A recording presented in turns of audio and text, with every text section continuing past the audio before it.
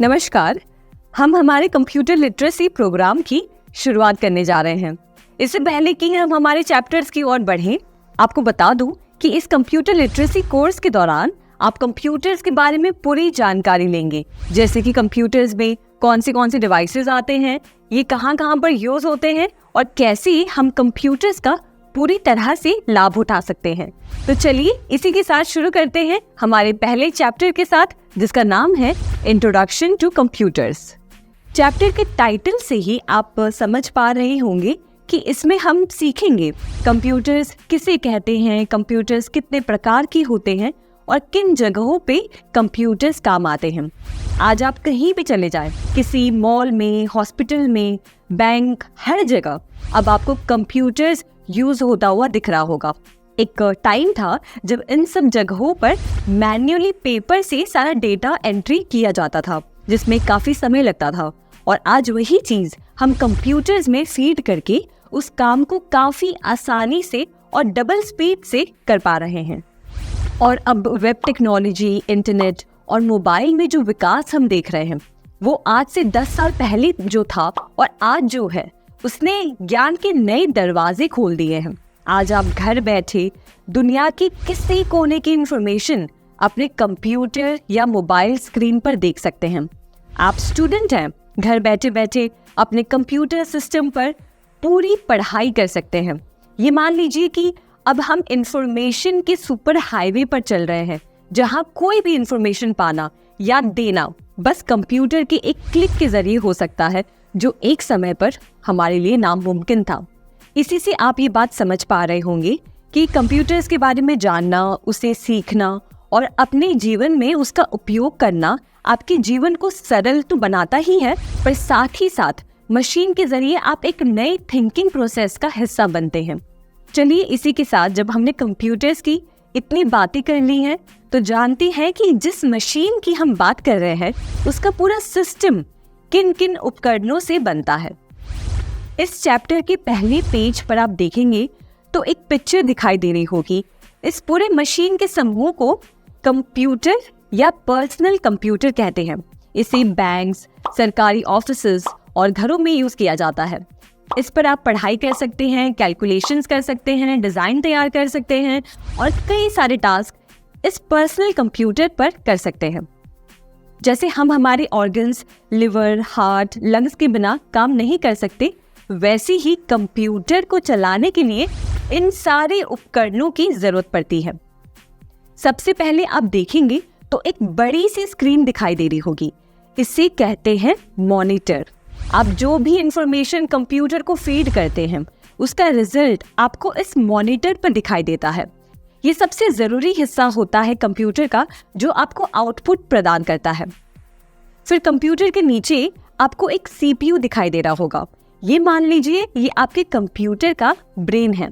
जो भी टास्क आप कंप्यूटर को देते हैं करने के लिए, ये वही करता है। सीपीयू एक प्राइमरी कंपोनेंट है जो सारे कंप्यूटर प्रोग्राम्स को रन करने के लिए रिस्पॉन्सिबल है। आप जो भी इनपुट देते हैं और उसका जो आउटपुट निकल कर आता है, वो इसी के जरिए होता है। अब आगे बढ़ते हैं। दूसरी चीज जो आपको दिखाई दे रही है, इसे कहते हैं डिस्क ड्राइव। डिस्क ड्राइव क्या करता है, आपकी सीडी या डीवीडी पर जो भी रिफ्लेक्टिव डेटा स्टोर्ड है, उसे रीड करता है और आपके सामने प्रेजेंट करता है। अब आगे देखते हैं फ्लॉपी डिस्क। फ्लॉपी डिस्क आज यूज नहीं किए जा रहे हैं। आज आपको ये कंप्यूटर्स में नहीं मिलेंगे, पर ये काफी पहले यूज किए जाते थे, जब हमारे पास एडवांस टेक्नोलॉजी नहीं थी डेटा ट्रांसफर करने के लिए। आज जो आप यूएसबी ड्राइव्स या ऑनलाइन कनेक्टिविटी या क्लाउड पर जो डेटा स्टोर कर रहे हैं, ये पहले नहीं था। पहले इन फ्लॉपी डिस्क पर डेटा स्टोर किया जाता था। आज इनकी कोई ज़रूरत नहीं है, क्योंकि इनकी स्टोरेज कैपेसिटी बहुत कम हुआ करती थी। बस केबी या एमबी में ही आप स्टोर कर पाते थे। आज हमारे पास इतनी एडवांस टेक्नोलॉजीज हैं कि चाहे आप जितनी से जितनी हैवी फाइल स्टोर करना चाहें या ट्रांसफ़र करना चाहें, इन एडवांस टेक्नोलॉजीज की बदौलत आप कर सकते हैं। फ्लॉपी डिस्क आज हमारे उपयोग में तो नहीं है, पर जानकारी के लिए आपको ये जानना चाहिए। चौथी चीज़ जो दिखाई पड़ रही है, वो है लेज़र प्रिंटर। लेजर प्रिंटर आप जानते ही होंगे, ये वो मशीन है जो आप जेरोक्स या प्रिंट कॉपी निकालने के लिए यूज करते थे। फिर नीचे की तरफ आप देख सकते हैं सीडी रोम या सीडी रोम ड्राइव लिखा हुआ है। ये भी 20th सेंचुरी और 21st सेंचुरी की शुरुआत में यूज किया जाता था। अब इसकी जगह पर हमारे पास एडवांस टेक्नोलॉजी से बने ड्राइव्स हैं और ऑनलाइन स्टोरिंग मीडियम आ गए हैं। ये एक मीडियम था जिसके जरिए सॉफ्टवेयर, मल्टीमीडिया एप्लीकेशंस और लार्ज फाइल्स को डिस्ट्रीब्यूट करने के लिए यूज किया जाता था। सीडी रोम का फुल फॉर्म है compact disc read only memory. CD ROM में सिर्फ रीड ओनली टेक्नोलॉजी थी, जिसका मतलब है मैन्युफैक्चरिंग के समय में उसमें जो भी डेटा स्टोर है उसको आप मॉडिफाई नहीं कर सकते, उससे आप बस रीड कर सकते हैं। जबकि फ्लॉपी डिस्क एक प्रकार का ड्राइव था जिसमें आप डेटा रीड कर सकते हैं और राइट भी कर सकते हैं। इसका मतलब डेटा को मॉडिफाई भी कर सकते हैं। दोनों को अलग अलग पर्पसेस के लिए यूज किया जाता था। कई प्रकार की इनमें डिफरेंसेस थी जो इन्हें अपने काम में अलग बनाती थी।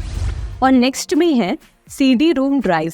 ये एक तरह का हार्डवेयर डिवाइस हुआ करता था जिससे सीडी रोम में से डेटा को रीड करने के लिए बनाया गया था। आजकल इनको डिजिटल स्टोरेज ने रिप्लेस कर दिया है। आज के मॉडर्न कंप्यूटर्स में ये दोनों ही ड्राइव आपको देखने नहीं मिलेंगे।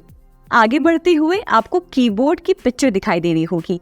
ये एक प्राइमरी इनपुट डिवाइस है जिसमें कई तरह के कीज होते हैं। इनमें कई तरह के बटन्स होते हैं, कई तरह के स्पेशल कैरेक्टर्स होते हैं जो एक प्रकार के फंक्शन या कमांड को रिप्रेजेंट करते हैं। आप कंप्यूटर से इन बटन्स के जरिए अपने कमांड्स को पहुंचा पाते हैं। अगला है माउस। इसके बारे में तो आप जानते ही होंगे। ये कंप्यूटर स्क्रीन पर कर्सर मूव करने के लिए काम आता है। मॉडेम एक ऐसा डिवाइस है जो कंप्यूटर और इंटरनेट सर्विस प्रोवाइडर के बीच संवाद स्थापित करने में मदद करता है। ये डिजिटल डेटा को एक प्रकार से दूसरे प्रकार में बदलने और फिर से वापस बदलने में क्षमता रखता है ताकि इंटरनेट और कंप्यूटर के बीच एक कम्युनिकेशन संभव हो। उसके बाद है स्पीकर, जिसके बारे में हम अच्छे से जानते हैं। फिर है मेमोरी। कंप्यूटर मेमोरी एक इलेक्ट्रॉनिक कंपोनेंट है जो डेटा को टेम्पररी या स्थायी रूप से स्टोर या रिट्रीव करने के लिए इस्तेमाल होती है। इससे पहले हमने जाना कि कंप्यूटर्स आखिर होते क्या हैं। क्या आप जानते हैं कि कंप्यूटर्स भी कई प्रकार के होते हैं? मुख्य रूप से 3 टाइप के कंप्यूटर्स होते हैं। पहला है एनालॉग कंप्यूटर, दूसरा है डिजिटल कंप्यूटर और तीसरा है हाइब्रिड कंप्यूटर। सबसे पहले एनालॉग कंप्यूटर्स के बारे में शॉर्ट में जानते हैं। एनालॉग कंप्यूटर्स जो कि ट्रेडिशनल डिजिटल कंप्यूटर से अलग होते हैं, रियल वर्ल्ड डेटा को डायरेक्टली मैनिपुलेट करते हैं, जैसे कि वोल्टेज, प्रेशर या टेम्परेचर। इनका मेन काम होता है कंटिन्यूअस डेटा को हैंडल करना और एक आउटपुट प्रदान करना। ये कंप्यूटर्स फिजिकल क्वांटिटीज को डायरेक्टली मेजर और प्रोसेस करते हैं। एग्जाम्पल के तौर पर आप ले सकते हैं एक थर्मोमीटर जो टेम्परेचर मेजर करता है, वो भी एक तरह का एनालॉग डिवाइस है। दूसरे एग्जाम्पल के तौर पर आप गाड़ी के स्पीडोमीटर को भी ले सकते हैं। स्पीडोमीटर एक एनालॉग कंप्यूटर की तरह काम करता है जो गाड़ी की स्पीड को मेजर करता रहता है और आपको स्क्रीन पे दिखाता है कि गाड़ी कौन सी स्पीड पे चल रही है। इसके कंपैरिजन में डिजिटल कंप्यूटर्स सब कुछ बाइनरी कोड यानी कि 0 और 1 में कन्वर्ट करते हैं।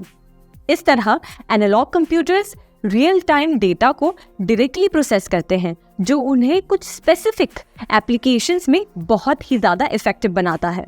इनका यूज़ आज भी कई जगह पे होता है जहां कंटिन्यूअस डेटा मॉनिटरिंग और प्रोसेसिंग की ज़रूरत होती है। आपके लिए एनालॉग कंप्यूटर्स को समझना इम्पॉर्टेंट है क्योंकि ये आपको डिफरेंट टाइप के कंप्यूटिंग सिस्टम्स के बारे में एक ब्रॉडर पर्सपेक्टिव देते हैं। अब आगे हमारे दूसरे टाइप के कंप्यूटर के बारे में जानते हैं जो कि है डिजिटल कंप्यूटर। अब डिजिटल कंप्यूटर वो कंप्यूटर है जो आपके घर में, ऑफिसेज में, स्कूल में, बैंक में हर जगह इस्तेमाल होता है। एनालॉग कंप्यूटर्स कुछ ही जगह यूज होते हैं पर डिजिटल कंप्यूटर्स आपको हर जगह दिखेंगे। जैसे हमने एनालॉग कंप्यूटर्स में देखा कि एनालॉग कंप्यूटर फिजिकल क्वांटिटी को डायरेक्टली मेजर करते हैं जैसे टेम्परेचर, प्रेशर, वैसे डिजिटल कंप्यूटर्स बाइनरी फॉर्म में डेटा को प्रोसेस करते हैं, यानी 0 और 1 के बीच में। वे calculations, gaming, information storage, data processing, data storage और भी ऐसे डिजिटल कई सारे काम के लिए यूज होता है। इसका एक सबसे क्लासिक एग्जाम्पल आप ले सकते हैं आपका स्मार्टफोन। आपका फ़ोन भी एक तरह का डिजिटल कंप्यूटर ही है। जब भी आप कोई एप्लीकेशन यूज करते हैं या इंटरनेट चलाते हैं तो ये डिजिटल कंप्यूटर बाइनरी कोड यानी कि 0 और 1 का इस्तेमाल करके डेटा को प्रोसेस करता है। और तीसरा और आखिरी टाइप का कंप्यूटर जो कि है हाइब्रिड कंप्यूटर। हाइब्रिड कंप्यूटर नाम से ही आप थोड़ा बहुत समझ पा रहे होंगे। ये कंप्यूटर्स एनालॉग कंप्यूटर और डिजिटल कंप्यूटर का एक मिक्स है। ये कंप्यूटर्स दोनों ही कंप्यूटर्स का लाभ उठाते हैं। एनालॉग कंप्यूटर्स की कैपेबिलिटी, रियल वर्ल्ड डेटा को प्रोसेस करने की कैपेबिलिटी, और डिजिटल फॉर्म की कैपेबिलिटी, क्रिटिकल कैलकुलेशंस और डेटा को स्टोर करने की, दोनों के ही मिश्रण से एक हाइब्रिड कंप्यूटर बनता है। इसमें पहले रिसीव किए गए एनालॉग सिग्नल्स को प्रोसेस किया जाता है, जैसे कि टेम्परेचर, स्पीड या प्रेशर, और फिर ये सिग्नल्स डिजिटल फॉर्म में कन्वर्ट किए जाते हैं, जिससे कि हमें काफ़ी एक प्रॉपर तरीके से डेटा को स्टडी करने की हेल्प मिलती है। इसका सबसे क्लासिक एग्जाम्पल आपको दूं तो हॉस्पिटल्स में जो हार्ट मॉनिटर यूज किया जाता है वो भी एक प्रकार का हाइब्रिड कंप्यूटर है, जिसमें कंप्यूटर पेशेंट की हार्ट रेट को ट्रैक करता रहता है, यानी कि एनालॉग डेटा को प्रोसेस करता है और फिर इस डेटा को यूज करके डिजिटल फॉर्म में प्रेजेंट करता है, जिससे कि डॉक्टर समझ सकते हैं कि पेशेंट की कंडीशन क्या है, वो कैसे रिकवर कर रहे हैं। तो इससे समझिए कि इन सभी टेक्नोलॉजी जैसे कि एनालॉग, डिजिटल और हाइब्रिड, इन तीनों की हमें कितनी ज़्यादा ज़रूरत है। सभी अलग अलग पर्पस के लिए यूज़ किए जाते हैं, अलग अलग इंडस्ट्रीज़ में काम आते हैं और आने वाले समय में इनमें और परिवर्तन होता रहेगा और ये और एडवांस होते जाएंगे। अब ये तो हमने समझ लिया कि कितने मेन टाइप्स के कंप्यूटर होते हैं, पर इस डिजिटल कंप्यूटर्स के भी कुछ अपने प्रकार होते हैं। जैसे कि डिजिटल कंप्यूटर्स में micro computer, mini computer, main frame computer और सुपर कंप्यूटर्स भी आते हैं।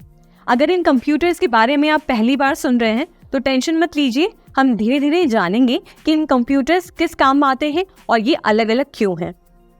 तो सबसे पहले डिजिटल कंप्यूटर्स में सुपर कंप्यूटर्स के बारे में जानते हैं। तो सुपर कंप्यूटर से आप क्या समझ पा रहे हैं? कुछ ऐसा जो बहुत पावरफुल है, कुछ ऐसा जो उससे बाकियों से बहुत ज़्यादा शक्तिशाली बनाता है। तो ये बात बिल्कुल सही है। सुपर कंप्यूटर्स हमारे आम कंप्यूटर्स या डेस्कटॉप से कई गुना ज़्यादा पावरफुल होते हैं। इन कंप्यूटर्स में काफ़ी एडवांस CPUs, GPUs और हाई स्पीड नेटवर्किंग सिस्टम्स होते हैं, जो इसे काफ़ी ज़्यादा पावरफुल बनाते हैं। आपने नासा की रिसर्च की कभी कोई वीडियो या पिक्चर टीवी पे देखी होगी, या फिर न्यूज़पेपर में देखा होगा, या मूवीज में देखा होगा कि नासा या इसरो में एक अलग टाइप का कंप्यूटर यूज होता है जो काफी बड़ा होता है। बस वही है एक सुपर कंप्यूटर। इन कंप्यूटर्स को शटल को लॉन्च करने में, उसे कंट्रोल करने में और स्पेस पे रिसर्च वर्क के लिए यूज किया जाता है। इस बात से समझिए कि ये कितना पावरफुल कंप्यूटर होगा। इन कंप्यूटर्स को स्पेशली साइंटिफिक रिसर्च में यूज किया जाता है, क्योंकि इनमें स्टोरेज कैपेसिटी बहुत ज़्यादा बड़ी होती है। इनकी परफॉर्मेंस और प्रोसेसिंग सबसे ज़्यादा हाई स्पीड और स्ट्रॉन्ग होते हैं। इसी वजह से इन्हें रिसर्च में इस्तेमाल किया जाता है और ये बहुत महंगे भी मिलते हैं। और दुनिया का सबसे पहला सुपर कंप्यूटर 1964 में बनाया गया था, जिसको नाम दिया गया था CDC 6600। अब विस्तार में देखते हैं कि सुपर कंप्यूटर्स का इस्तेमाल किन किन जगहों पर होता है। तो सबसे पहले मौसम की भविष्यवाणी यानी कि वेदर फोरकास्टिंग। अब आपके लिए ये समझना बहुत इंटरेस्टिंग होगा कि सुपर कंप्यूटर्स मौसम की भविष्यवाणी में कैसे मदद करते हैं। जो वेदर फोरकास्ट डिपार्टमेंट्स होते हैं उनके यहाँ ये सुपर कंप्यूटर्स इंस्टॉल्ड होते हैं और इनका सबसे पहला रोल होता है कि ये दुनिया के अलग अलग सोर्सेज से मौसम से रिलेटेड डेटा को कलेक्ट करते हैं, जैसे कि सैटेलाइट के थ्रू, वेदर स्टेशन से, एयरक्राफ्ट से। फिर इन डेटा को कलेक्ट करके सुपर कंप्यूटर्स में फीड किया जाता है और ये कंप्यूटर्स इनकी हाई कंप्यूटिंग पावर की वजह से इन डेटा को प्रोसेस करते हैं और करोड़ के कैलकुलेशंस भी सेकंड्स में कर लेते हैं। और वेदर फोरकास्टिंग में सबसे कठिन पार्ट होता है वेदर का अनुमान लगाना, यानी कि मौसम का अनुमान लगाना, जो कि ये सुपर कंप्यूटर्स मैथमेटिकल मॉडल्स का यूज करते हैं और सिमुलेशंस रन करते हैं जो रियल वर्ल्ड की कंडीशंस को मिमिक करते हैं। इन सिमुलेशन से साइंटिस्ट को ये पता चलता है कि अगर करंट कंडीशंस में थोड़ा भी फेरबदल होता है तो वेदर कैसे रिस्पॉन्ड करेगा। तो इस तरह से वेदर फोरकास्टिंग में सुपर कंप्यूटर्स का बहुत बड़ा रोल है। अब दूसरी जगह जहाँ पे सुपर कंप्यूटर्स यूज होते हैं वो है भूकंप की जानकारी लेने में, यानी कि अर्थक्वेक स्टडीज। भूकंप को स्टडी करने के लिए सबसे पहले साइंटिस्ट सिस्मिक डेटा को कलेक्ट करते हैं, या आसान भाषा में समझिए तो भूकंप की लहरों की इंफॉर्मेशन कलेक्ट करते हैं, जो कि अर्थक्वेक डिटेक्टर से मुमकिन हो पाता है। ये डेटा काफ़ी कॉम्प्लिकेटेड होते हैं। इनको समझने के लिए इस डेटा को सुपर कंप्यूटर्स में प्रोसेस किया जाता है और ये कंप्यूटर्स अपनी हाई प्रोसेसिंग स्पीड से इन डेटा को एनालाइज करते हैं। वो हर एक सिस्मिक वेव की कैरेक्टरिस्टिक्स को, जैसे कि उसकी स्पीड, डायरेक्शन और स्ट्रेंथ को डिटेल में एनालाइज करते हैं और एक फाइनल डेटा प्रेजेंट करते हैं, जिससे साइंटिस्ट इसे स्टडी करके अर्थक्वेक के बारे में और जानकारी ले पाते हैं। इनका उपयोग नेचुरल गैस, पेट्रोल और कोल की खोज में भी होता है। और तीसरा, one of the main use हम कह सकते हैं सुपर कंप्यूटर्स का, वो है कम्युनिकेशन को बिल्ड करना। हम आज जो भी डिवाइस यूज करते हैं, हमारे फोन्स, कंप्यूटर्स, टैबलेट्स, लैपटॉप, सब कुछ, इन सब डिवाइसेस के बीच लगातार काफ़ी सारा डेटा फ्लो होता रहता है, जैसे कि इंटरनेट ट्रैफिक, मोबाइल डेटा और सैटेलाइट की कम्युनिकेशंस। इन सभी डेटा को बहुत बड़े पैमाने पर सुपर कंप्यूटर्स प्रोसेस करने में मदद करते हैं, जिससे कि डेटा ट्रांसफ़र इनके बीच तेज़ी से और आसानी से हो सके। फिर ये नेटवर्क को और स्ट्रॉन्ग बनाने में हेल्प करते हैं, जिससे जो भी डेटा वो स्पीड से ट्रांसफ़र हो रहा है, इनके बीच में कोई भी प्रकार का डेटा लूज ना हो और नेटवर्क एकदम सेफ रहे। इन कंप्यूटर्स को जहाँ यूज़ किया जाता है, इन बातों से आप समझ पा रहे होंगे कि सुपर कंप्यूटर्स का कितना बड़ा रोल है हमारे समाज, साइंस और टेक्नोलॉजी के डेवलपमेंट के लिए। ये कंप्यूटर्स हथियारों के परीक्षण और न्यूक्लियर वेपन्स के प्रभाव को जानने में भी मदद करते हैं। बुक में आप पढ़ेंगे तो देखेंगे कि सुपर कंप्यूटर की एक पिक्चर दी गई है। आप देखिए कि ये मशीन दिखने में ही कितना ज़्यादा पावरफुल लगता है। और दुनिया में कुछ फेमस सुपर कंप्यूटर्स के नाम भी आपके बुक में दिए गए हैं। पहला है IBM Sequoia अमेरिका में, दूसरा फुजित्सु के कंप्यूटर जापान में और तीसरा परम सुपर कंप्यूटर भारत में। अब जानते हैं हमारे दूसरे टाइप के डिजिटल कंप्यूटर के बारे में, जिसे कहते हैं मेन फ्रेम कंप्यूटर। आसान भाषा में समझाऊं तो ये वो कंप्यूटर्स हैं जो कि बैंक्स, इंश्योरेंस कंपनीज और सरकारी दफ्तरों में देखने मिलेंगी। कुछ ऐसे पॉइंट्स हैं जो इनको खास बनाते हैं ताकि ये ऑफिस के कामों में इस्तेमाल किया जा सके। सबसे पहले ज्यादा क्वांटिटी में डेटा को ये हैंडल कर पाते हैं, जो कि बैंक्स और इंश्योरेंस कंपनीज में बहुत ज़्यादा ज़रूरत है।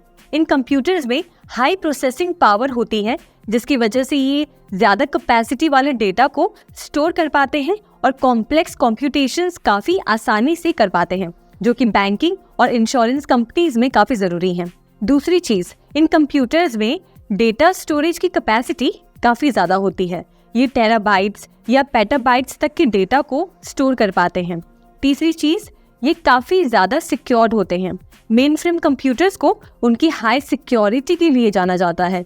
ये काफ़ी समय तक चल सकते हैं और इनमें सेंसिटिव डेटा लूज होने का रिस्क कम होता है और क्रैश होने के चांसेस भी कम होते हैं। और मेन फ्रेम कंप्यूटर्स पर आप एक साथ कई सारे टास्क परफॉर्म कर पाते हैं और इससे परफॉर्मेंस में कोई भी कमी नहीं होती।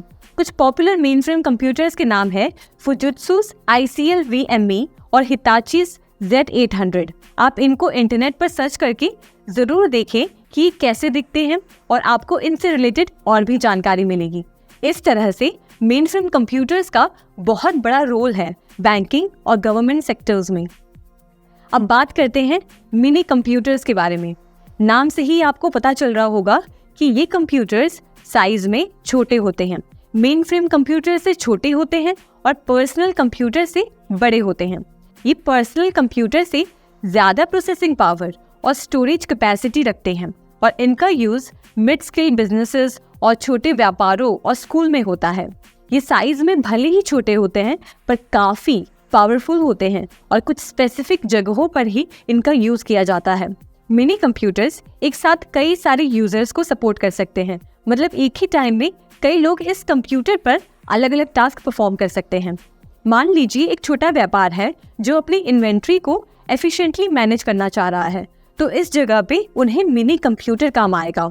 इस कंप्यूटर से वो एक ही जगह पर अपनी सारी इन्वेंट्री स्टोर कर पाएंगे और साथ ही साथ एक ही समय पर मल्टीपल एम्प्लॉयज इसे यूज कर सकते हैं।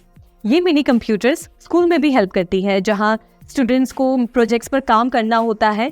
यहाँ एक मिनी कंप्यूटर मल्टीपल स्टूडेंट्स को एक साथ कंप्यूटर रिसोर्सेज को एक्सेस करने की सुविधा देता है, जिससे कि सभी को अपना काम इफेक्टिवली करने का मौका मिले। इन एग्जाम्पल से आप समझ पाए होंगे कि कैसे mini computers mid range task को परफॉर्म करने में हेल्प करते हैं और इनका किन सेक्टर्स में क्या रोल होता है। कुछ मिनी कंप्यूटर्स के नाम है K202, टेक्सास इंस्ट्रूमेंट TI-990 और SDS-92। अब बढ़ते हैं चौथे और आखिरी टाइप के कंप्यूटर की तरफ, जो है माइक्रो कंप्यूटर्स। इसमें वो कंप्यूटर्स शामिल हैं जो आप घर पर, ऑफिस में अपने पर्सनल यूज के लिए यूज करते हैं। Desktop computers, laptops, PDAs, tablets और स्मार्टफोन्स, ये सब डिवाइसेस आपके माइक्रो कंप्यूटर्स हैं। आप इन माइक्रो कंप्यूटर्स को यूज करते हैं अपनी रोजमर्रा की टास्क को परफॉर्म करने के लिए, जैसे स्टडीज, रिसर्च प्रोजेक्ट, कैलकुलेशन वगैरह। ये साइज में छोटे होते हैं, पोर्टेबल होते हैं और बाकी कंप्यूटर्स की कंपैरिजन में इनकी प्राइस कम होती है। माइक्रो कंप्यूटर्स के बारे में हम अच्छे से पहले से ही जानते हैं, क्योंकि ये हमारे घर में, ऑफिसेज में और भी सरकारी दफ्तरों में यूज होते हैं। तो आगे और भी विस्तार में जानते रहेंगे। इसी के साथ आगे बढ़ते हैं हमारे इस चैप्टर के दूसरे सेक्शन में, जिसमें हम जानेंगे कंप्यूटर सिस्टम के क्या क्या बेनिफिट्स हैं।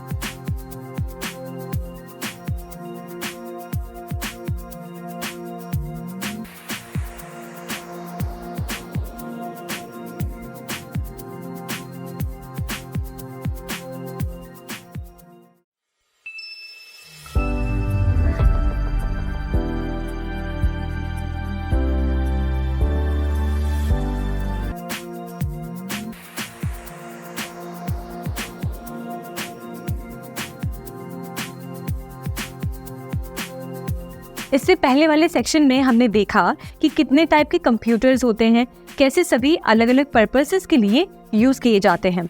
अब इस सेक्शन में कंप्यूटर सिस्टम के लाभ में हम जानेंगे कि कंप्यूटर एक मशीन के रूप में कैसे हमें लाभ पहुंचाता है। कंप्यूटर की ऐसी क्या विशेषताएं हैं जो आज सारा जहां कंप्यूटर्स पर डिपेंडेंट है अपने सारे जरूरी कामों के लिए। तो सबसे पहला फैक्टर है स्पीड। कंप्यूटर्स की सबसे बड़ी विशेषता है कि वो बहुत तेजी से कोई भी टास्क परफॉर्म कर सकते हैं। जब कंप्यूटर्स का इन्वेंशन भी नहीं हुआ था, तो सोचिए कि कोई भी कैलकुलेटिव टास्क करने में कितना समय लगता होगा, और आज देखिए सिर्फ एक क्लिक से कंप्यूटर लाखों डेटा को भी कुछ सेकंड्स में ही प्रोसेस कर देता है। कंप्यूटर्स ऐसा इसलिए कर पाते हैं क्योंकि उनमें जो प्रोसेसर्स लगे होते हैं, जो उन्हें लाखों या कभी कभी करोड़ इंस्ट्रक्शंस को भी प्रोसेस करने में बस कुछ सेकंड्स की देरी लगाते हैं। इसका मतलब है कि डेटा को एनालाइज करना, कैलकुलेशंस करना या कोई भी कॉम्प्लेक्स टास्क में उन्हें बहुत कम समय लगता है।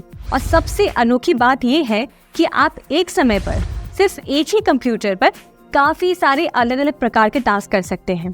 जैसे एक विंडो में आप गूगल सर्च ओपन कर सकते हैं, दूसरे विंडो में आप कोई फाइल अपलोड कर सकते हैं, तीसरे विंडो में आप कोई म्यूजिक सुन सकते हैं। इससे आप अंदाजा लगा सकते हैं कि कंप्यूटर कितना तेज है। वो एक साथ कई सारे काम एक ही समय पर कर सकता है। एग्जाम्पल के तौर पर मान लीजिए आपको एक प्रोजेक्ट पर काम करना है जिसमें आपको बहुत सारे नंबर्स का एनालिसिस करना है। अब सोचिए कि अगर यही काम आपको मैन्युअली करना पड़ जाए तो कितना समय लगेगा, पर कंप्यूटर की मदद से आप ये काम सेकंड्स में कर सकते हैं। इससे आज हम अपना समय बचा पा रहे हैं, साथ ही साथ और ज़रूरी इन्वेंशंस और डेवलपमेंट पे फोकस कर पा रहे हैं जो ज़रूरी है। इसी के साथ हमारा दूसरा पॉइंट है शुद्धता, यानी कि एक्यूरेसी। कंप्यूटर एक ऐसा मशीन है जो कभी गलत नहीं हो सकता, या यूँ कह लें कि कंप्यूटर जो कोई भी टास्क परफॉर्म कर सकता है उसमें सब कुछ, सारा रिजल्ट एकदम करेक्ट निकल कर आता है। अगर आप कंप्यूटर को कोई टास्क परफॉर्म करने के लिए कहते हैं, इंस्ट्रक्शंस देते हैं, और अगर आपने वो डेटा जो कंप्यूटर में फीड किया है वो सही है, तो आपको अपना एंड रिजल्ट एकदम करेक्ट ही मिलेगा। इसलिए आज हम सबसे ज़रूरी और डिफ़िकल्ट टास्क के लिए कंप्यूटर पर आंख बंद करके भरोसा कर पा रहे हैं। और आजकल तो एडवांस कंप्यूटर्स डेवलप हो रहे हैं, उनमें ऑटोमेटेड एरर चेकिंग और करेक्शन के फीचर्स आ रहे हैं, यानी अगर आपने भूल से कोई गलती की है तो वो अपने आप उसे डिटेक्ट करके सही कर देते हैं। मान लीजिए एक बैंक है जो रोजाना लाखों ट्रांजैक्शंस हैंडल करता है। इन ट्रांजैक्शंस पे एक्यूरेसी, यानी कि हमेशा करेक्ट इंफॉर्मेशन रखना बहुत ज़रूरी है। कंप्यूटर्स की मदद से बैंक ये सुनिश्चित कर पाते हैं कि उनके जो भी ट्रांजैक्शंस रिकॉर्ड हो रहे हैं वो एकदम सही हैं, उनमें कोई भी एरर्स नहीं हैं।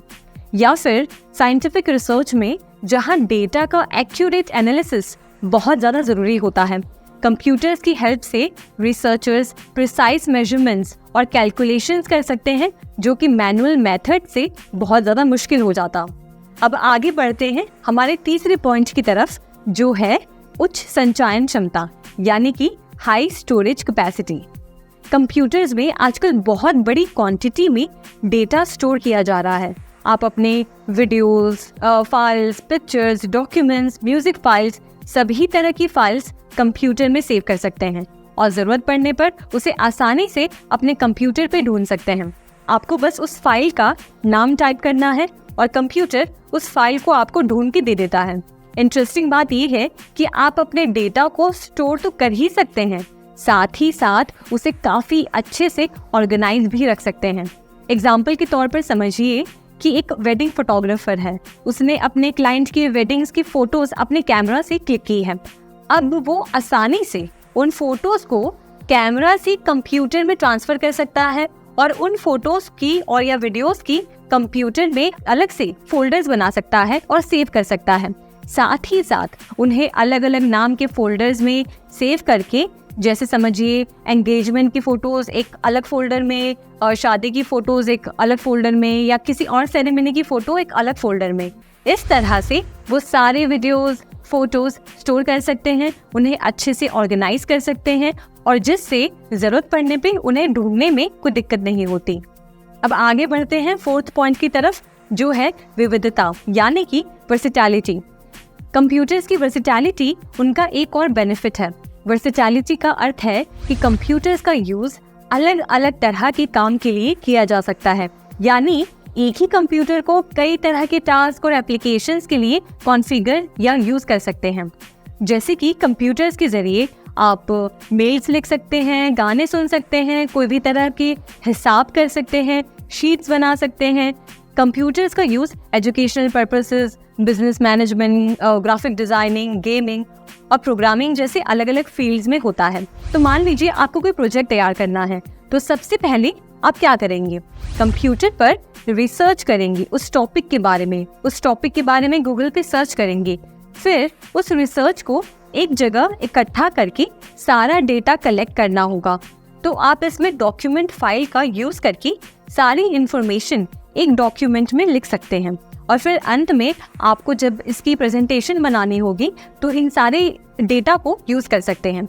अब दूसरे एग्जाम्पल के तौर पे आप समझिए कि आपके पहचान में कोई दोस्त या रिलेटिव है या बिजनेस ओनर है, उनसे आप पूछिएगा तो बताएंगे कि वो काफ़ी सारे काम बिजनेस के कंप्यूटर के द्वारा करते हैं, जैसे कि अपने इन्वेंट्री को मैनेज करना, कस्टमर डेटा को ट्रैक करना और फाइनेंशियल रिपोर्ट्स तैयार करना। सभी काम के लिए वो आसानी से कंप्यूटर का उपयोग कर पाते हैं और जिसके ज़रिए वो तरह तरह के काम कर सकते हैं। चाहे फिर वो डिज़ाइनिंग हो या मनोरंजन हो या कोई स्कूल प्रोजेक्ट तैयार करना हो या फिर बिजनेस को मैनेज करना, हर तरह के काम आप कंप्यूटर पे आसानी से कर सकते हैं। अब आगे बढ़ते हैं हमारे आखिरी पॉइंट की तरफ, जो है परिश्रमशीलता यानी कि डिलिजेंस। पांचवा और सबसे ज़रूरी बेनिफिट जो हमें कंप्यूटर से मिलता है वो है परिश्रमशीलता, एक ऐसा गुण जो कंप्यूटर्स को सबसे ज़्यादा यूज़फुल बनाते हैं। अगर हमें कोई टास्क दिया जाए, मान लीजिए कुछ नंबर्स एनालिसिस करना है, तो हम कितनी देर तक उसे कर सकते हैं। थोड़ा बहुत बीच में हम ब्रेक लेंगे, आराम करेंगे, यहाँ वहाँ काम करेंगे और थकान होगी तो फिर शायद उस काम को थोड़ी देर के लिए रोक देंगे।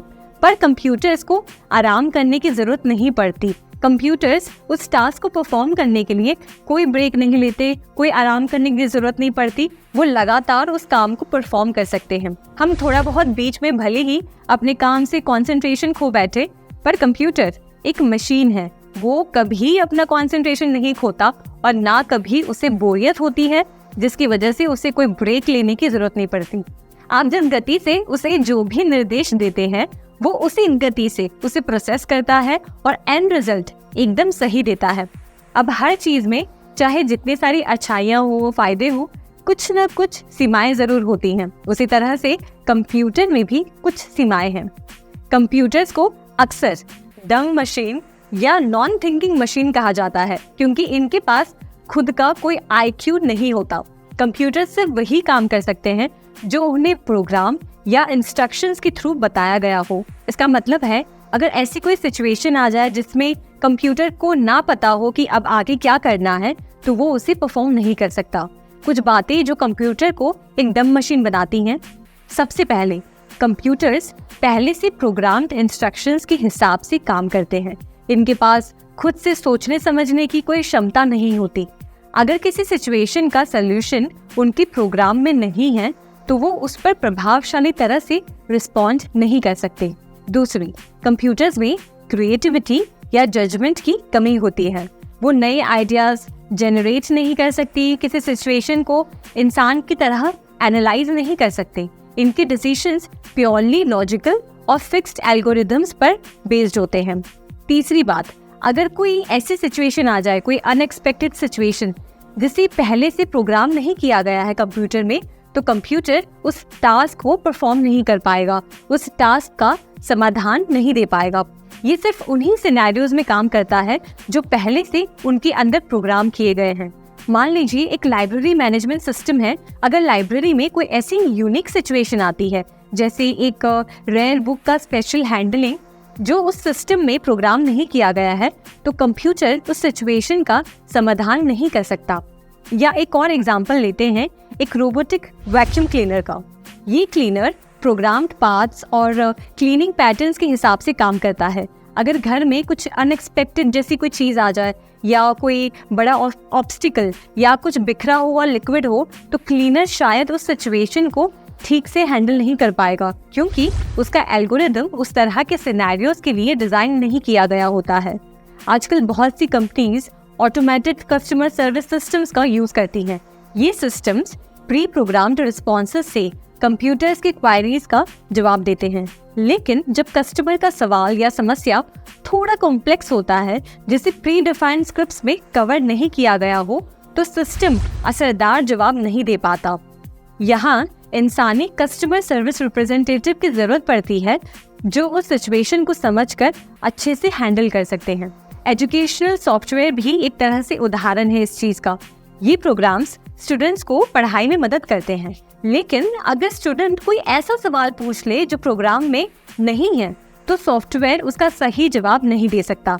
इस स्थिति में एक टीचर या ट्यूटर की जरूरत पड़ती है जो स्टूडेंट की समझ के हिसाब से समाधान प्रोवाइड कर सके। ये एग्जाम्पल्स दिखाते हैं कि कंप्यूटर्स चाहे कितने भी एडवांस्ड क्यों ना हो, उनमें सोचने समझने की क्षमता नहीं होती।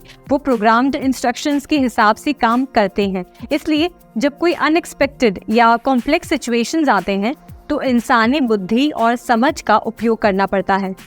आपके लिए ये समझना ज़रूरी है कि टेक्नोलॉजी के यूज़ में ह्यूमन ब्रेन और समझ को हमेशा आगे रखना चाहिए।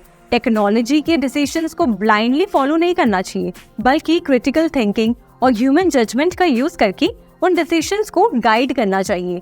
ये अप्रोच टेक्नोलॉजी को ज़्यादा इफेक्टिव और रिस्पॉन्सिबल बनाती है और इंश्योर करती है कि टेक्नोलॉजी का यूज़ हमारी रियल वर्ल्ड प्रॉब्लम्स का बेटर सोल्यूशन हो।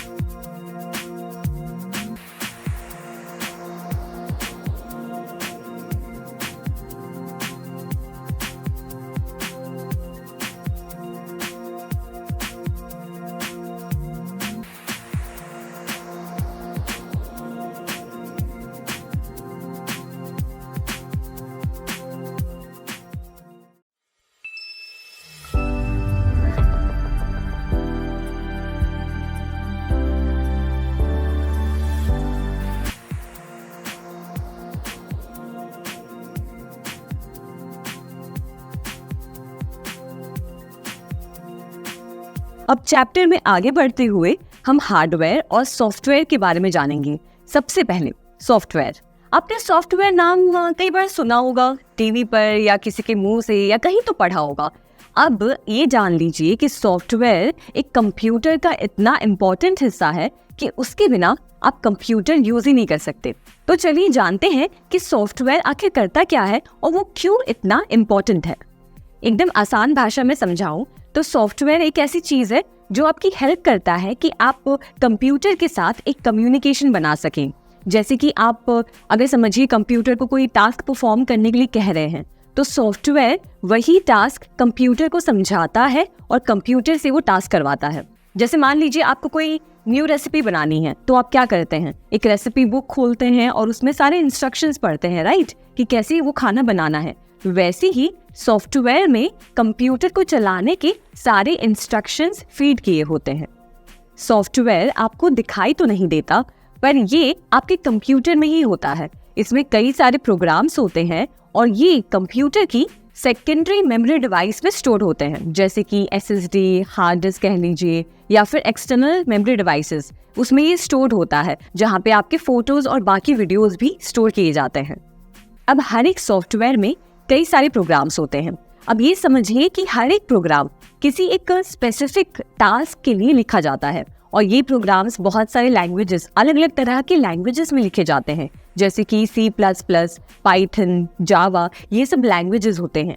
और ये सारे लैंग्वेजेस जैसे कि C++, जावा, पाइथन, इन सब के अपने रूल्स होते हैं, अपने खुद सिंटैक्स होते हैं, जिसको फॉलो करके ये प्रोग्राम्स लिखे जाते हैं।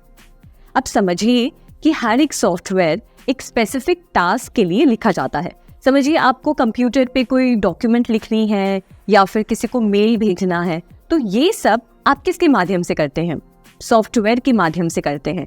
समझिए आपको डॉक्यूमेंट लिखना है तो आप अपने कंप्यूटर पे माइक्रोसॉफ्ट वर्ड को खोलेंगे और माइक्रोसॉफ्ट वर्ड पे आप डॉक्यूमेंट लिख सकते हैं, उसमें आप इमेजेस डाल सकते हैं और फिर उसी डॉक्यूमेंट को आप सेव कर सकते हैं और किसी को भी ट्रांसफर कर सकते हैं।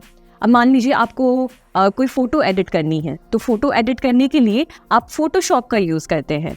तो ये सारे सॉफ्टवेयर्स हैं जो अलग अलग स्पेसिफिक टास्क, जैसे डॉक्यूमेंट लिखने के लिए, वीडियो एडिटिंग के लिए, इमेज एडिटिंग के लिए, गाने सुनने के लिए, कंप्यूटर के लिए बनाए गए हैं। अब आपने ये तो समझा कि सॉफ्टवेयर कंप्यूटर में कुछ ऐसे प्रोग्राम्स ऐड करता है जो आपके कंप्यूटर को यूज करने के लिए केपेबल बनाता है। पर अब सॉफ्टवेयर्स में भी दो तरह के सॉफ्टवेयर्स हैं। एक तो है सिस्टम सॉफ्टवेयर और दूसरा है एप्लीकेशन सॉफ्टवेयर। तो एप्लीकेशन सॉफ्टवेयर में हमने देखा कि माइक्रोसॉफ्ट वर्ड था, फोटोशॉप था, ये सारी एक स्पेसिफिक टास्क के लिए ये सॉफ्टवेयर्स बनाए गए हैं। और वैसे ही सिस्टम सॉफ्टवेयर जो है वो एक अलग तरह से काम करता है। तो आइए एक डिटेल तरीके से समझते हैं कि सिस्टम सॉफ्टवेयर आखिर किसे कहते हैं। तो सिस्टम सॉफ्टवेयर को आप इस तरीके से समझिए कि आपके पास एक कार है, तो कार में एक सबसे ज़रूरी चीज़ क्या होती है, इंजन, राइट। इंजन से ही हम कार चला पाते हैं। वैसे ही कंप्यूटर के लिए जो इंजन है वो है सिस्टम सॉफ्टवेयर। आपके कंप्यूटर में हमने देखे इससे पहले कि काफ़ी सारे पार्ट्स होते हैं। एक माउस होता है, एक कीबोर्ड होता है, CPU होता है, फिर स्टोरेज डिवाइस होता है और प्रिंटर होता है। ये सारी चीज़ें जब कंप्यूटर के साथ मिलकर जुड़ती हैं तो उसके बीच में एक कम्युनिकेशन का एक आप समझिए एक साधन सिस्टम सॉफ्टवेयर बनाता है। सिस्टम सॉफ्टवेयर आपके माउस को, आपके कीबोर्ड को कंप्यूटर के साथ सिंक करके उससे काम करवाता है। और आप सबसे पहले जब कंप्यूटर ओपन करते हैं तो जो आपके सामने खुलता है वो कंप्यूटर का सिस्टम सॉफ्टवेयर है। अब सिस्टम सॉफ्टवेयर में भी कई तरह के कंपोनेंट्स आते हैं, तो आइए डिटेल में देखते हैं कि सिस्टम सॉफ्टवेयर में आखिर कितने तरह के कंपोनेंट्स हैं। तो सबसे पहला सिस्टम सॉफ्टवेयर है ऑपरेटिंग सिस्टम। ऑपरेटिंग सिस्टम यानी कि ओएस भी आप कह सकते हैं, आपके कंप्यूटर्स के दिमाग की तरह काम करता है। जैसे हमारा दिमाग हमारे बॉडी के पार्ट्स को इंस्ट्रक्ट करता रहता है कि अभी खाना खाना है, अभी पानी पीना है, अभी चलना है, वैसे ही ऑपरेटिंग सिस्टम को आप कंप्यूटर का दिमाग मान के चल सकते हैं। ऑपरेटिंग सिस्टम कंप्यूटर से वो सारे काम करवाता है जो आप उसे इंस्ट्रक्ट करते हैं। ऑपरेटिंग सिस्टम एक ऐसा सॉफ्टवेयर है जो आपके कंप्यूटर के हार्डवेयर यानी कि उसके फिजिकल पार्ट्स और आपके सॉफ्टवेयर एप्लीकेशंस के बीच एक कड़ी का काम करता है। जैसे एग्जाम्पल के तौर पर आप समझिए कि आप अपने कंप्यूटर पर कोई म्यूजिक प्ले करना चाहते हैं। अब म्यूजिक सुनने के लिए आप अपने कंप्यूटर पर म्यूजिक फाइल को ओपन करेंगे और म्यूजिक को प्ले करेंगे। ये सारे इंस्ट्रक्शंस ऑपरेटिंग सिस्टम के जरिए कंप्यूटर तक पहुंचता है, जिससे कंप्यूटर अपने स्पीकर से आपके लिए म्यूजिक प्ले करता है। जब आप कोई डॉक्यूमेंट लिखते हैं या इंटरनेट पर कोई रिसर्च करते हैं या गेम खेलते हैं, ये सब ऑपरेटिंग सिस्टम की मदद से आप कर पाते हैं। ओएस आपकी कमांड्स को समझता है, आपने उसे जो भी इंस्ट्रक्शंस दिए हैं, और वो हार्डवेयर तक पहुंचाता है ताकि हार्डवेयर उस काम को कर सके। अब इस चीज में हार्डवेयर क्या था? जब हमने म्यूजिक सुना तो हमारा जो स्पीकर था वो एक तरह से हार्डवेयर था। कुछ फेमस ऑपरेटिंग सिस्टम्स हैं जैसे कि विंडोज, जो आपको बहुत सारे पर्सनल कंप्यूटर्स पे देखने मिलते हैं। आपके कंप्यूटर पे भी शायद आप विंडोज यूज कर रहे होंगे। वैसे ही एप्पल कंप्यूटर्स में मैक ओएस यूज होता है, और लिनक्स भी एक तरह का ऑपरेटिंग सॉफ्टवेयर है जो कि एक ओपन सोर्स ऑपरेटिंग सॉफ्टवेयर है। और ऐसे ही आपके स्मार्टफोन्स में, आपके मोबाइल फोन्स में भी ऑपरेटिंग सॉफ्टवेयर्स होते हैं, जैसे एंड्रॉयड जो ज़्यादातर नॉन एप्पल स्मार्टफोन्स पर चलते हैं, और iOS जो एप्पल के आईफोन्स पर चलते हैं। अब हम ऑपरेटिंग सिस्टम के एक और ज़रूरी कंपोनेंट पे चर्चा करेंगे, यूटिलिटीज़। तो चलिए यूटिलिटीज़ के बारे में और उनके इम्पोर्टेंस को समझते हैं। जब हम अपना कंप्यूटर या स्मार्टफोन यूज़ करते हैं तो हमें अक्सर कुछ ना कुछ छोटी मोटी प्रॉब्लम्स देखने मिलती हैं, जैसे कि स्लो परफॉर्मेंस हो गया है डिवाइस, या फिर कोई वायरस की प्रॉब्लम है। इन प्रॉब्लम्स को सॉल्व करने के लिए हम मदद लेते हैं यूटिलिटीज़ का। यूटिलिटीज़ छोटे सॉफ्टवेयर प्रोग्राम्स होते हैं जो ऑपरेटिंग सिस्टम के साथ मिलकर काम करते हैं और कंप्यूटर को और स्मूथली चलाने में मदद करते हैं। ये यूटिलिटीज़ कई तरह के होते हैं, हर एक का अपना अलग फंक्शन होता है। सबसे कॉमन यूटिलिटी है एंटीवायरस प्रोग्राम। ये आपके कंप्यूटर को वायरसेस और मालवेयर से बचाता है जो आपके सिस्टम को नुकसान पहुंचा सकते हैं या आपके पर्सनल डेटा को चुरा सकते हैं। फिर आते हैं दूसरे टाइप की यूटिलिटीज, जो है डिस्क क्लीनअप और दूसरा है डिस्क डिफ्रेगमेंटर। ये आपके हार्ड ड्राइव को ऑप्टिमाइज करते हैं, बेकार फाइल्स को हटाकर और डेटा को एफिशिएंटली स्टोर करते हैं, जिससे आपके कंप्यूटर की स्पीड बढ़ती रहती है। और एक इम्पॉर्टेंट यूटिलिटी है बैकअप टूल। ये आपके इम्पॉर्टेंट डेटा को बैकअप करता है ताकि किसी भी सिस्टम फेलियर या डेटा लॉस की स्थिति में आपका डेटा एकदम सेफ रहे, सुरक्षित रहे।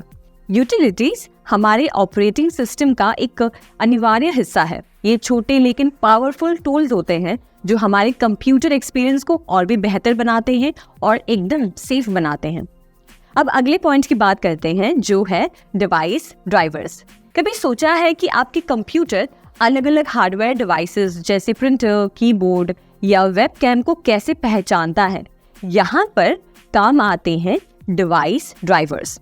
डिवाइस ड्राइवर्स छोटे सॉफ्टवेयर प्रोग्राम्स होते हैं जो आपके कंप्यूटर के ऑपरेटिंग सिस्टम को बताते हैं कि कैसे नए हार्डवेयर डिवाइसेस के साथ कम्युनिकेट करना है। मान लीजिए आप एक नया प्रिंटर अपने कंप्यूटर के साथ कनेक्ट करते हैं। अब प्रिंटर को शुरू करने के लिए पहले उसका ड्राइवर इंस्टॉल करना पड़ता है। ये ड्राइवर सॉफ्टवेयर आपके कंप्यूटर को बताता है कि प्रिंटर को कैसे कंट्रोल करना है, कैसे प्रिंट कमांड को प्रोसेस करना है और कैसे आउटपुट जनरेट करना है। एक और उदाहरण है जब आप अपने कंप्यूटर पे एक नया ग्राफिक्स कार्ड लगाते हैं, स्पेशली अगर आप गेमिंग या ग्राफिक डिजाइनिंग करते हैं। इसके लिए ग्राफिक कार्ड्स का ड्राइवर इंस्टॉल करना बहुत ज़रूरी होता है। ये ड्राइवर आपके कंप्यूटर को ग्राफिक कार्ड के फंक्शंस को समझाने और उसको बेस्ट यूज करने में बहुत हेल्प करता है। ये छोटे लेकिन पावरफुल सॉफ्टवेयर हमारे हार्डवेयर और ऑपरेटिंग सिस्टम के बीच का एक ब्रिज बनाते हैं और इंश्योर करते हैं कि सब कुछ सही से काम कर रहा है। अब आगे बढ़ते हैं हमारे अगले पॉइंट की तरफ, जो है सर्वर्स। एक सर्वर बेसिकली एक पावरफुल कंप्यूटर या कंप्यूटर नेटवर्क है जो डेटा स्टोर करता है और दूसरे कंप्यूटर्स यानी क्लाइंट्स को सर्विस प्रोवाइड करता है। ये सर्विसेज कई प्रकार की हो सकती हैं, जैसे वेब पेजेस दिखाना, ईमेल्स प्रोसेस करना या फिर फाइल्स को ही स्टोर करना। मान लीजिए जब आप कोई वेबसाइट देखते हैं तो आप असल में एक वेब सर्वर से जुड़ रहे होते हैं। वेब सर्वर वो कंप्यूटर होता है जहां वेबसाइट का सारा डेटा स्टोर होता है। जब आप वेबसाइट का URL एंटर करते हैं तो आपका कंप्यूटर उस सर्वर से कनेक्ट होता है और वेबसाइट को लोड करता है। एक और एग्जांपल के तौर पर समझिए एक ईमेल सर्वर। जब आप कोई ईमेल भेजते हैं या उसको रिसीव करते हैं तो ये सारा जो भी काम होता है, रिसीव करना या सेंड करना, ये सारा ईमेल सर्वर के माध्यम से होता है। ईमेल सर्वर आपके और रिसीवर के बीच में ईमेल मैसेजेस को ट्रांसफर करता है। और फिर आते हैं फाइल सर्वर्स, जो स्पेशली कंपनीज में यूज होते हैं। ये सर्वर्स कंपनीज के डेटा और डॉक्यूमेंट्स और दूसरे फाइल्स को स्टोर और मैनेज करते हैं ताकि एम्प्लॉयज आसानी से उन तक पहुंच सके। अब ये तो हमने जाना सिस्टम सॉफ्टवेयर के बारे में, जिसमें operating system, utilities, device drivers और सर्वर्स आते हैं। ये सारे सॉफ्टवेयर्स सिस्टम सॉफ्टवेयर का हिस्सा है। अब हम दूसरे टाइप के सॉफ्टवेयर्स के बारे में जानेंगे, जो है एप्लीकेशन सॉफ्टवेयर। एप्लीकेशन सॉफ्टवेयर एक ऐसे तरह का सॉफ्टवेयर है जिसे स्पेशली कंप्यूटर पर स्पेशल टास्क परफॉर्म करने के लिए बनाया गया है। एप्लीकेशन सॉफ्टवेयर को एंड यूजर प्रोग्राम के नाम से भी जानते हैं। इससे पहले जो हमने सिस्टम सॉफ्टवेयर के बारे में पढ़ा, उससे एप्लीकेशन सॉफ्टवेयर काफी अलग है। सिस्टम सॉफ्टवेयर कंप्यूटर को चलाते हैं, यानी कि उस मशीन में एक तरह से जान भरते हैं। अगर सिस्टम सॉफ्टवेयर नहीं होते तो एक कंप्यूटर मशीन काम ही नहीं कर पाता। उसे काम करने के लिए सिस्टम सॉफ्टवेयर की जरूरत पड़ती है, जबकि एप्लीकेशन सॉफ्टवेयर थोड़ा अलग है। एप्लीकेशन सॉफ्टवेयर की जब हम बात करें तो ये वो सॉफ्टवेयर्स हैं जो कंप्यूटर पर अलग अलग टूल्स प्रोवाइड करते हैं, जिससे हम अलग अलग तरह की टास्क परफॉर्म कर सकें। मान लीजिए अगर मैं आपको कहूँ कि आपको एक टॉपिक पर रिसर्च करनी है, तो आप क्या करेंगे? एक डॉक्यूमेंट खोलेंगे और उसमें सारा रिसर्च वर्क या जो भी आप सर्च कर रहे हैं उसे टाइप करेंगे। तो इस जगह पे जो आप टूल यूज करेंगे वो एक एप्लीकेशन सॉफ्टवेयर होगा। एप्लीकेशन सॉफ्टवेयर का एक एग्जांपल है माइक्रोसॉफ्ट वर्ड, जो हमें हेल्प करता है डॉक्यूमेंट्स प्रिपेयर करने के लिए। अब दूसरे एग्जांपल की बात करें तो मान लीजिए आपको इंटरनेट पर कुछ सर्च करना है। आप कंप्यूटर ओपन करेंगे और गूगल पर सर्च करेंगे, राइट? तो इसमें गूगल एक तरह का एप्लीकेशन सॉफ्टवेयर ही है। अगर आपको वीडियो एडिटिंग करनी है तो उसके लिए आप एक दूसरे प्रकार का एप्लीकेशन सॉफ्टवेयर ओपन करेंगे। वैसे ही अगर कोई शीट बनानी है तो उसके लिए आप अलग सॉफ्टवेयर यूज करेंगे। और ऐसे में ये सारे टूल्स जो भी आप यूज कर रहे हैं वो एक तरह से एप्लीकेशन सॉफ्टवेयर है। और ऐसे कई सारे सॉफ्टवेयर्स हैं जो अलग अलग पर्पसेस के लिए बनाए गए हैं और ये हमारी लाइफ को और भी आसान बनाते हैं। अब ये सॉफ्टवेयर्स हर तरह के फील्ड में इस्तेमाल होते हैं और हाँ, हर तरह के लोग इन्हें यूज करते हैं। जैसे आपका कोई फ्रेंड होगा जो किसी बिजनेस को चला रहा होगा, वो भी किसी ना किसी तरह का एप्लीकेशन सॉफ्टवेयर जरूर यूज कर रहा होगा। जैसे माइक्रोसॉफ्ट एक्सेल पर वो अपनी दुकान की इन्वेंट्री बनाता होगा। आपको कोई और दोस्त होगा जो एक ग्राफिक डिजाइनर होगा, तो वो फोटोशॉप का यूज करता होगा फोटोज को एडिट करने के लिए, तो वो भी एक तरह का एप्लीकेशन सॉफ्टवेयर है। आपको इस बात से काफी हैरानी होगी कि अगर मैं कहूँ कि आपके आसपास चाहे कोई भी चीज़ है, कहीं ना कहीं उन चीज़ों को बनाने या उसकी मार्केटिंग में एक तरह का एप्लीकेशन सॉफ्टवेयर ही यूज़ किया गया है। अब मेरी ही पहचान में हमारी एक फ्रेंड है जो एक कंटेंट क्रिएटर है। वो फैशन और लाइफस्टाइल के ऊपर इंस्टाग्राम रील्स बनाती हैं। अब उनका देखिए कि वो कैसे सॉफ्टवेयर का यूज़ करती हैं। कंटेंट की स्क्रिप्ट लिखने के लिए वो माइक्रोसॉफ्ट वर्ड का इस्तेमाल करती हैं, जो कि एक तरह का एप्लीकेशन सॉफ्टवेयर है। फिर उस टॉपिक पे रिसर्च करने के लिए वो गूगल का इस्तेमाल करती हैं, जो कि एक एप्लीकेशन सॉफ्टवेयर है, या अन्य किसी टूल का जैसे मोज़िला, फायरफॉक्स या सफारी। एक बार उनका जब कंटेंट शूट हो जाता है तो उस कंटेंट को एडिट करने के लिए, यानी कि वीडियो एडिटिंग के लिए, वो एडोब प्रीमियर प्रो का यूज़ करती हैं। इसमें आप जितने भी टूल्स का नाम सुने वो सारे ही एप्लीकेशन सॉफ्टवेयर्स हैं। तो इससे समझिए कि एप्लीकेशन सॉफ्टवेयर्स कितने सारे अलग अलग प्रकार के टास्क के लिए यूज़ किया जाता है। मेरे ख्याल से अभी तक आप समझ गए होंगे कि एप्लीकेशन सॉफ्टवेयर किसे कहते हैं और उन्हें किस पर्पस के लिए यूज़ किया जाता है। Business, education, medical science, banking, industries, हर तरह के काम के लिए इन सॉफ्टवेयर्स का इस्तेमाल किया जाता है। मेडिकल स्टोर्स पर भी आपको जो प्रिंटेड बिल मिलती है वो भी एक सॉफ्टवेयर के माध्यम से ही तैयार किया जाता है। हमने अब सिस्टम सॉफ्टवेयर और एप्लीकेशन सॉफ्टवेयर के बारे में अच्छे से जान लिया है। अब थोड़ा इन दोनों ही टाइप के सॉफ्टवेयर्स को कंपेयर करते हैं और देखते हैं कि इन दोनों में क्या क्या बातें अलग हैं। तो पहला डिफरेंस जो सिस्टम सॉफ्टवेयर और एप्लीकेशन सॉफ्टवेयर के बीच में है कि सिस्टम सॉफ्टवेयर कंप्यूटर को काम करने के लिए सक्षम बनाते हैं, वहीं एप्लीकेशन सॉफ्टवेयर कुछ यूजर्स को अलग अलग एप्लीकेशन के जरिए डॉक्यूमेंट्स को क्रिएट करने का एक प्लेटफॉर्म देते हैं। दूसरा डिफरेंस, सिस्टम सॉफ्टवेयर के बिना कंप्यूटर काम नहीं कर सकता, तो आपके कंप्यूटर में सिस्टम सॉफ्टवेयर का होना बहुत ज़रूरी है। वहीं एप्लीकेशन सॉफ्टवेयर ऑप्शनल है, यूज़र को अगर उसकी नीड है तभी वो उसे इंस्टॉल कर सकता है, वरना उसके बिना भी कंप्यूटर पर आप काम कर सकते हैं। तीसरा difference, system software application software के बिना भी काम कर सकता है, पर एप्लीकेशन सॉफ्टवेयर को चलाने के लिए सिस्टम सॉफ्टवेयर की ज़रूरत पड़ती है। चौथा और आखिरी difference, system software application software को रन करने के लिए एक ज़रूरी एनवायरनमेंट प्रोवाइड करते हैं, वहीं एप्लीकेशन सॉफ्टवेयर यूज़र को एक स्पेसिफिक टास्क परफॉर्म करने के लिए सही एनवायरनमेंट प्रोवाइड करते हैं। अब जैसे हमने देखा कि सॉफ्टवेयर कंप्यूटर का सिस्टम होता है जिसमें सारी एप्लीकेशंस और टूल्स होते हैं जिससे हम कंप्यूटर पर अलग अलग टास्क परफॉर्म कर सकते हैं, वैसे ही कंप्यूटर का दूसरा हिस्सा है जिसे कहते हैं हार्डवेयर। तो आइए हार्डवेयर के बारे में विस्तार में जानते हैं। सोचिए, अगर आपका कंप्यूटर एक इंसान है तो उसका शरीर उसका हार्डवेयर होगा, बिल्कुल वैसे ही जैसे हमारे शरीर के अलग अलग अंग होते हैं, वैसे ही कंप्यूटर का भी एक हार्डवेयर होता है। तो हार्डवेयर कंप्यूटर के उन हिस्सों को कहते हैं जिन्हें आप देख सकते हैं, टच कर सकते हैं, जैसे कि keyboard, mouse, printer, monitor, extension cable, switches. ये सब कंप्यूटर के हार्डवेयर कंपोनेंट्स हैं। हमने जैसे सॉफ्टवेयर में पढ़ा कि हम सॉफ्टवेयर को देख नहीं सकते, फील नहीं कर सकते, पर वो हमारे कंप्यूटर के अंदर फिट होता है, वैसे ही हार्डवेयर कंपोनेंट्स सारे ही विजिबल होते हैं, इन्हें हम देख सकते हैं, टच कर सकते हैं। अब इन हार्डवेयर कंपोनेंट्स को भी अलग अलग कैटेगरीज में डिवाइड किया गया है।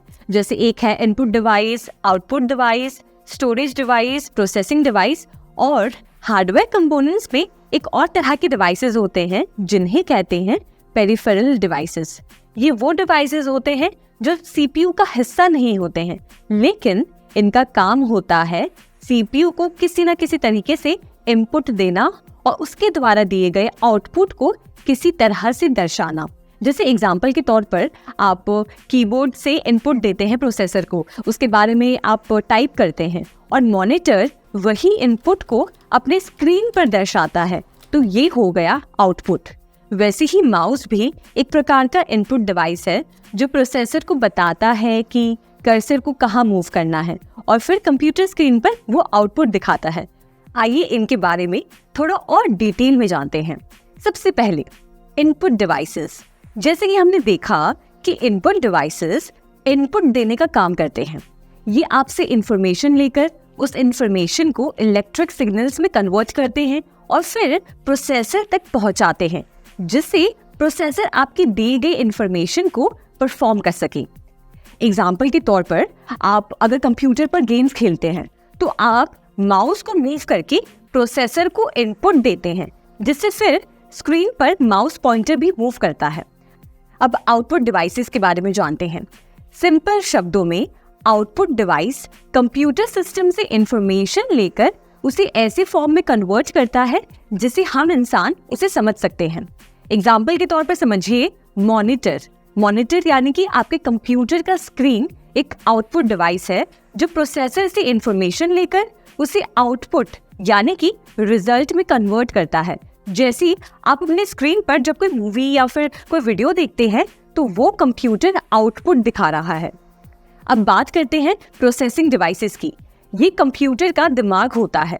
इनमें सबसे जरूरी होता है CPU यानी कि सेंट्रल प्रोसेसिंग यूनिट, जो सारे इंस्ट्रक्शंस को प्रोसेस करता है। और अंत में स्टोरेज डिवाइसेस, ये वो जगह होती है जहां आपका डेटा स्टोर होता है, जैसे कि आपकी हार्ड डिस्क या फिर आपकी SSD में, जहां आपकी फाइल्स, फोटोज, म्यूजिक और वीडियो स्टोर होते हैं। आपके बुक में टेबल 1.2 में एक टेबल दिया गया है, उनमें इन चारों तरह के डिवाइसेस के एग्जाम्पल्स को दिखाए गए हैं। जैसे इनपुट में है trackball, touchpad, microphone, keyboard, sensor, mouse, joystick, scanner और वेब कैमरा। प्रोसेसिंग डिवाइसेस में है motherboard, processor, memory. Output devices में monitor, printer, headphone, speaker, projectors और स्टोरेज डिवाइसेस में हार्ड डिस्क ड्राइव।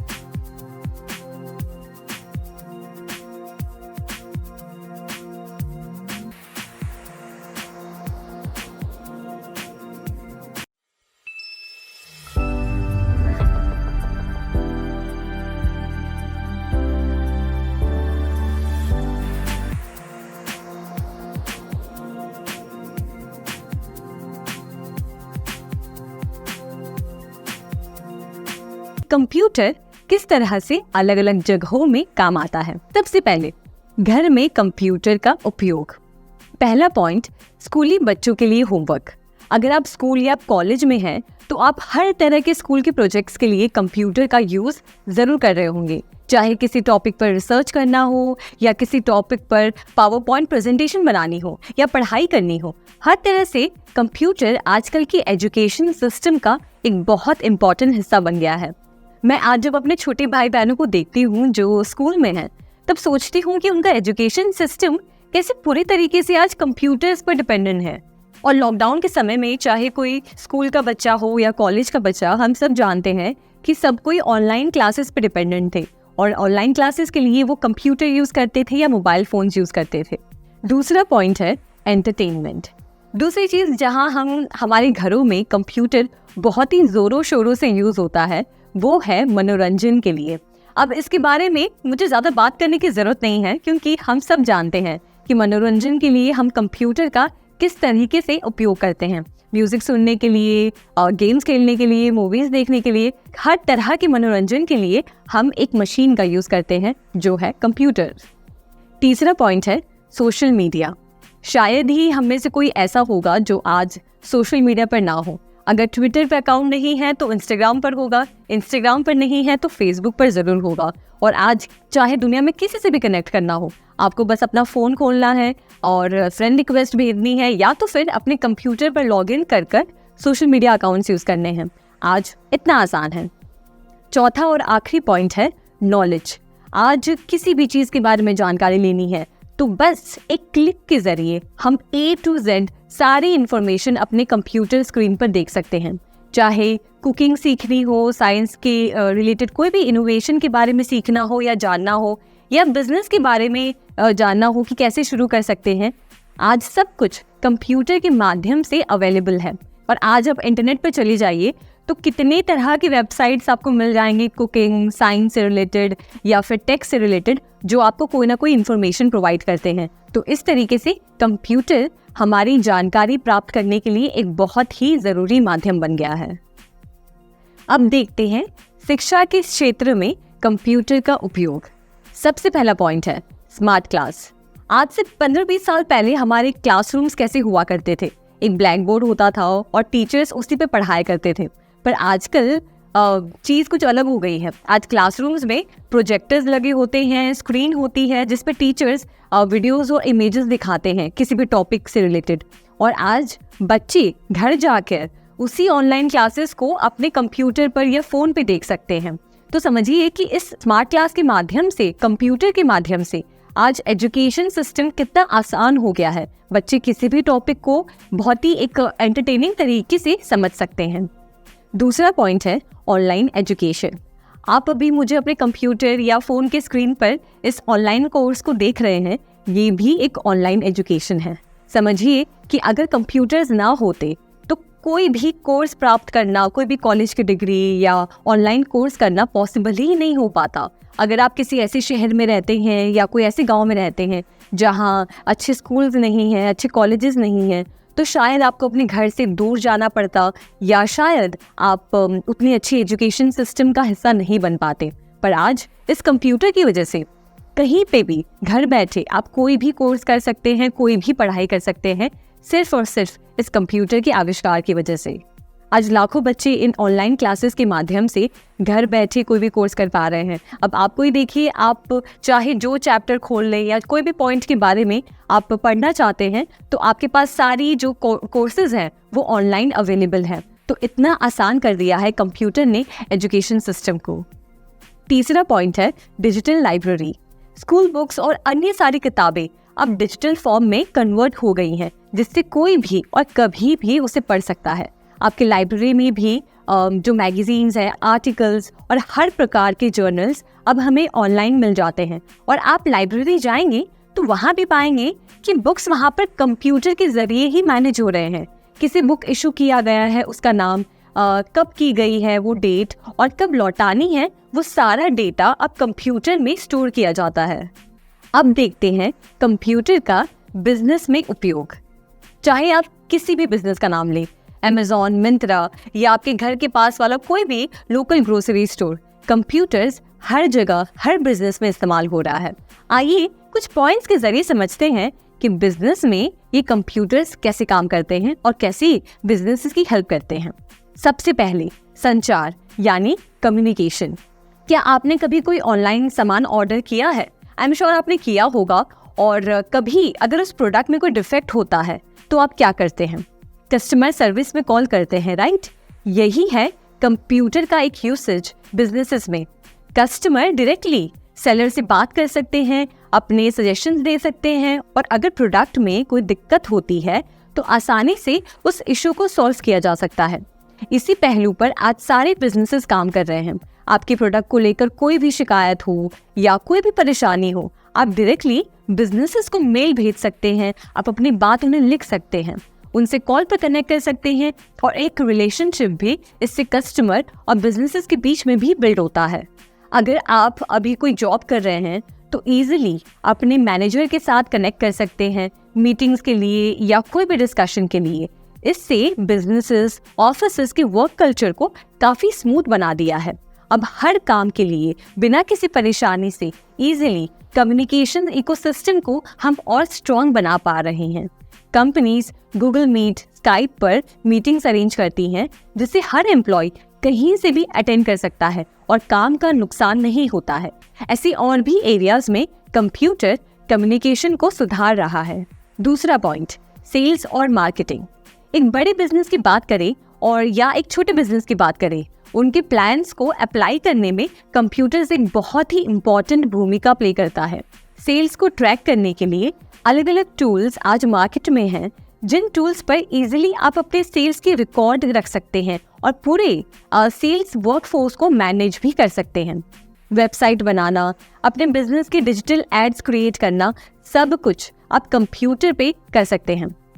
आपके भी फ्रेंड सर्कल या relative में कोई होगा जिनका बिजनेस ऑनलाइन हर जगह सेटअप है। उनके एड्स फेसबुक पे, इंस्टाग्राम पर चल रहे होंगे, जिसकी वजह से वो इतने कंपटीशन में भी हजारों लोगों तक अपने प्रोडक्ट को पहुंचा पा रहे हैं, उसकी जानकारी शेयर कर पा रहे हैं।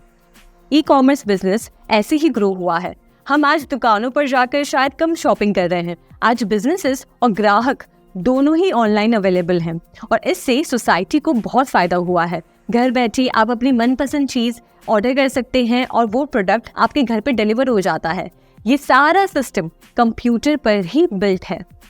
प्रोडक्ट डिजाइन बनाने से लेकर marketing, sales, after sale services सारा एक मशीन पर हैंडल हो सकता है। और बात करें डिजिटल मार्केटिंग की, तो ये बस टीवी, रेडियो या फोन पर नहीं हो रहा है, पर आपके इंटरनेट पर भी, जैसे आप इंस्टाग्राम पे देखते हैं, फेसबुक पर देखते हैं, उसके माध्यम से भी डिजिटल मार्केटिंग एकदम सही से हो पा रहा है।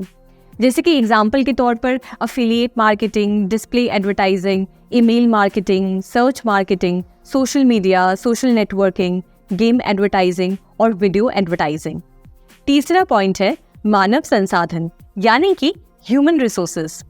कंप्यूटर्स की दुनिया में ह्यूमन रिसोर्सेज या एचआर का क्षेत्र एक ऐसा एरिया है जहां टेक्नोलॉजी ने कमाल का बदलाव किया है।